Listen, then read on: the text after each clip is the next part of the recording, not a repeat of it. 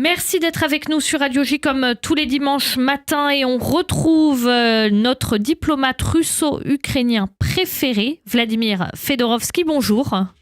Ne renversez pas les rôles, Eva. C'est vous qui êtes mon interlocutrice préférée. Alors, votre ouvrage le rappelle, Trump, Poutine et Ivan, le terrible dialogue avec l'histoire est paru aux éditions Ballant. Emmanuel Macron, l'homme de la grande rupture avec la Russie. Est-ce que c'est lui qui a fait ça tout seul? Ou alors, est-ce que ça avait déjà commencé à être creusé bien avant? Non, c'était creusé bien avant. Si vous lisez ma chronique célèbre, je vous conseille d'ailleurs, j'ai fait 6 pages dans le Figaro Magazine, c'était encore pas en août 2021. J'ai pensé déjà à la rupture historique et définitive entre la Russie. Il y avait les étapes, il y avait le fait que on était bon au moment de la fin du communisme. Je vous ai raconté les jours, disons, emblématiques de la chute du communisme en Russie en août 91 et mon rôle comme porte-parole de la résistance au putsch de Moscou.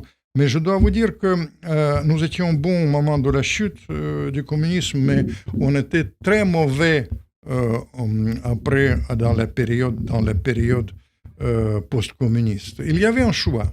Soit on associe la Russie et on construit un monde sans guerre, soit on utilise la faiblesse de la Russie temporaire et on essaye de mettre la croix sur la Russie. C'était le dernier choix qui était choisi. Vous avez raison que ce n'est pas Macron qui est responsable de ça.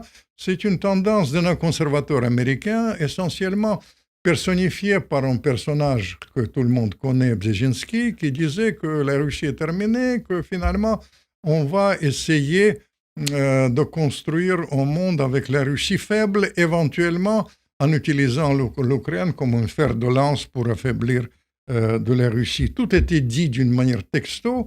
Je dois vous dire que les grands personnages, les grands diplomates américains, ils ont protesté contre ça. Il y a même secrétaire d'État américain Perry, il s'appelait. À l'époque, il a démissionné parce qu'il a dit l'élargissement de l'OTAN et cette visée contre les promesses qui étaient faites, Gorbatchev d'ailleurs à ma présence, de ne pas élargir de l'OTAN, c'est une bêtise. Il y a le plus grand diplomate américain qui s'appelait George Kennan, que j'ai eu le plaisir de connaître autrefois. Il est mort à presque 100 ans. Il me disait que le fait qu'on n'a pas réussi à associer la Russie à l'époque avec l'Occident, c'est la plus grande erreur de l'Occident depuis Jésus-Christ. Il a utilisé ça. Alors, vous avez raison, Macron n'est pas responsable. D'ailleurs, Macron, au début, j'ai pensé qu'il va utiliser la tradition française de la diplomatie gallo-méditerranéenne. Il a essayé de le faire pour atténuer la rupture avec la Russie. Ça, c'est symbolisé paradoxalement par une sorte de table, on se design en fait presque de meubles. Vous connaissez la table de Macron, quand il y a deux personnages qui sont au bout de table.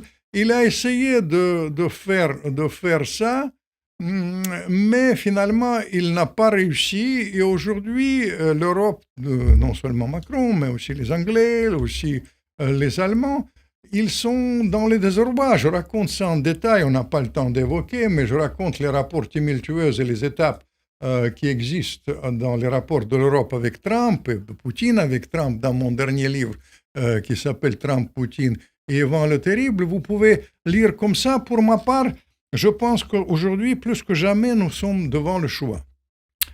Soit on continue comme ça, et l'évolution de la guerre en Ukraine, du conflit, est une évolution très, très dangereuse, il faut le dire, parce que les Russes progressent et les Ukrainiens, on a vu ça avec cette attaque contre les aérodromes russes le 1er juin qui a changé la donne. On va passer vers la guerre de terrorisme, on va passer vers la guerre d'Eutigel, et le choix est simple. Soit on s'arrête, on essaye de trouver un modus vivendi avec les Russes, soit on continue. Dans ce cas-là, je vous prédis inévitablement Armageddon, comme je dis l'Apocalypse. Vous comprenez, on va devant le choix difficile. La diplomatie française, dans la réalité, est aussi devant le choix difficile. Je ne parle pas. Vous savez, il y a dans cet aspect. Mais il a essayé quand même Emmanuel Macron. Hein, il a essayé, mais après, il a renoncé. Franchement, après, il est devenu la posture. Est-ce que c'est lui qui a renoncé ou est-ce que c'est Vladimir Poutine aussi qui a renoncé? Non, tout le monde est fautif dans cette affaire. Moi, je ne dis pas que Macron est fautif, etc. Je constate. Vous savez, ma démarche est très simple. Moi, j'étais diplomate. Je peux vous donner les éléments de la situation réelle. Et la situation réelle aujourd'hui, c'est une situation dramatique. Elle est liée avec la progression des Russes sur le front ukrainien, avec le fait que les Ukrainiens, les attaques du 1er juin le prouvent, utilisent tous les moyens, parfois désespérés, pour essayer d'avoir plus d'argent, mettre plus d'actions, etc. Le problème là-dedans, c'est que ce choix était fait dès le début. Quelle était la logique occidentale à l'époque? La logique occidentale était faite par la déclaration de Le Maire, quand il a dit on va faire les sanctions, la Russie va s'écrouler, et l'économie russe s'écroule 3 semaines après, il y aura le régime de changement, la Russie sera isolée, etc. Ça n'a rien donné. Il ne faut pas se leurrer. Ça a donné l'alliance de la Russie avec la Chine, l'apparition de BRICS, la Russie n'est pas isolée. Poutine dit le CIA à 80% d'avis favorables, c'était contre-productif. Alors, dans ce contexte-là, je vous dis, dans la période actuelle, le choix est dramatique. Le choix est dramatique. Soit on trouve le modus vivendi, soit on revient à la diplomatie. Pendant cette période, la diplomatie, elle était morte, pour vous dire la vérité. Vous comprenez? On a perdu le contact. Pourquoi je dis qu'on vit le moment... C'est vrai que la diplomatie, c'est toujours garder le contact. Toujours garder le contact. Moi, j'étais... Aussi mauvais. Comment on fait pour garder le contact? Parce que ça, c'est vrai que c'est quelque chose qui est fascinant dans la diplomatie.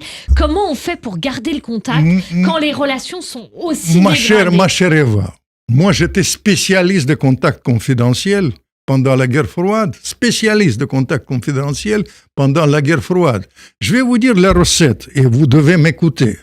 La recette de ça, revenir à la diplomatie, garder le contact, et ne pas mélanger ce qui est très dangereux maintenant. Vous savez, c'est mélanger la propagande et la politique réelle. Si vous analysez ce qu'on vous racontait, peut-être que la diplomatie, c'est pas la politique, c'est peut-être deux choses différentes. C'est pas la politique, c'est l'influence. Nous ne parlons pas de la politique, je ne parle pas de l'influence. Vous savez, si vous analysez les positions anglaises, par exemple, qui sont devenues va-t-en-guerre par excellence. Pourquoi? Parce que la situation antérieure en Angleterre est tellement dramatique qu'il faut détourner la situation de cette situation et essayer de jouer la guerre. Est-ce que les méthodes sont complètement différentes. Je vous assure, mais la différence par rapport à la période actuelle, je vous dis en pesant mes mots. Pendant la guerre froide, il y avait la distinction entre la propagande et la politique réelle. Aujourd'hui, la propagande devient la politique réelle. Vous comprenez, les gens mentent et croient à leurs mensonges. Et on conseille d'amis dans la période actuelle, c'est de regarder l'histoire longue, prendre des conseils qu'on a donnés à Napoléon, ne pas vendre la peau de l'ours avant de l'avoir tué, ne pas prendre ses désirs pour les réalités et les analyser cas par cas, d'une manière très froide, ce que j'essaie modestement de faire quand je publie mon livre. Je ne suis pas obligé, vous savez, de publier ce genre de livre, Trump, Poutine et Ivan le Terrible. Je peux faire le roman, je le fais pas pour moi. J'ai bien vécu. Même pas pour vous, pour nos enfants et pour mes petits-enfants. Je salue mon petit-fils qui est ici présent. On le salue aussi. Merci beaucoup Vladimir Fedorovski, diplomate russo-ukrainien. Votre dernier ouvrage, Trump, Poutine et Ivan le Terrible, dialogue avec l'histoire, est paru aux éditions Ballant. À très bientôt sur Radio J. Merci.